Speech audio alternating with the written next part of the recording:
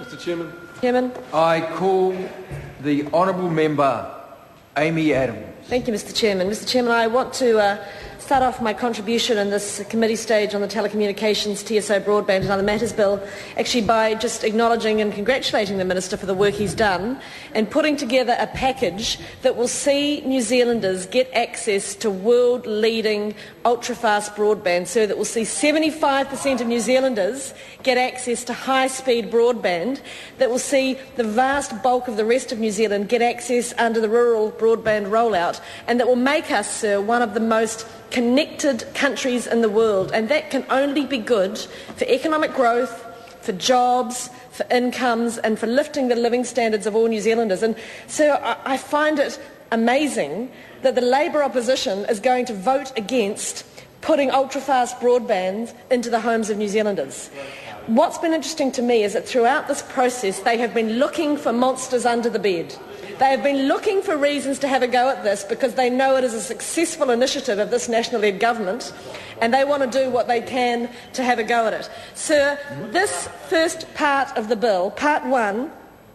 is actually about the telecommunications service obligations instruments and the new telecommunications development levy, the way in which that is set up, the way in which it's funded. And what we're continuing to hear from Labour members today is, again, desperate attempts to try and create issues where there are none, because they cannot accept the fact that a national-led government is delivering to this country the sort of economic growth, the sort of infrastructure that will allow for jobs, incomes and living standards all to be raised. And I think actually, sir, that it's worth getting on record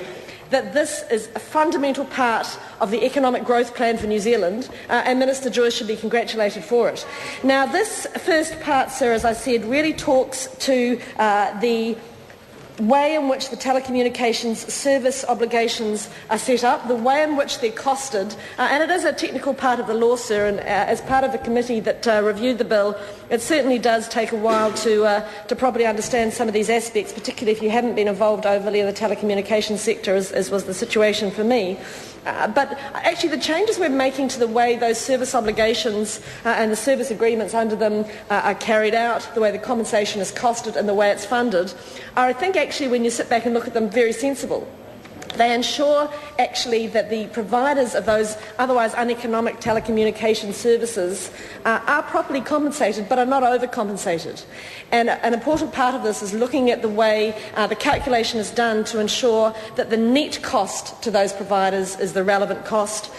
because there are in fact financial benefits that will accrue from the provision of those services, and without the passage of this legislation, actually the very real likelihood is that telecommunications providers could in fact be overcompensated, which is something obviously that we want to avoid. And so that part one is in large part focused on tidying up the way those service obligations are administered, the way that compensation is calculated, and as I said, sir, setting up the telecommunications development levy to ensure that that compensation can be paid for, as well as paying for the provision of various telecommunications infrastructure.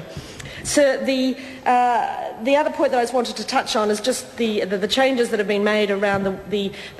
liable revenue that is assessed on, and I think that is an important part to ensure that when the telecommunications development levy is being applied, we look carefully at companies and ensure that we're only catching those large providers who gain a significant part of their revenue from the provision of telecommunications services. And I think, sir, that the work the Select Committee did and the further refinements from the Minister in the supplementary order paper are very sensible and pragmatic, and will result in an industry that has a far clearer, more streamlined and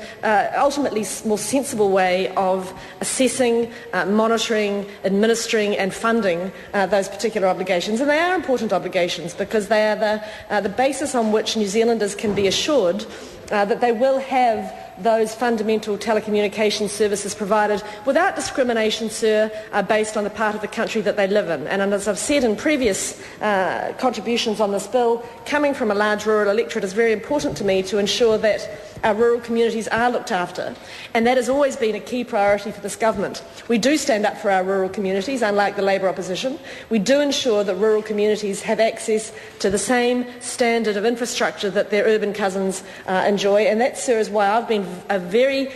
proud and ardent supporter of the Rural Broadband Initiative that we will discuss certainly in more detail as we progress through this bill.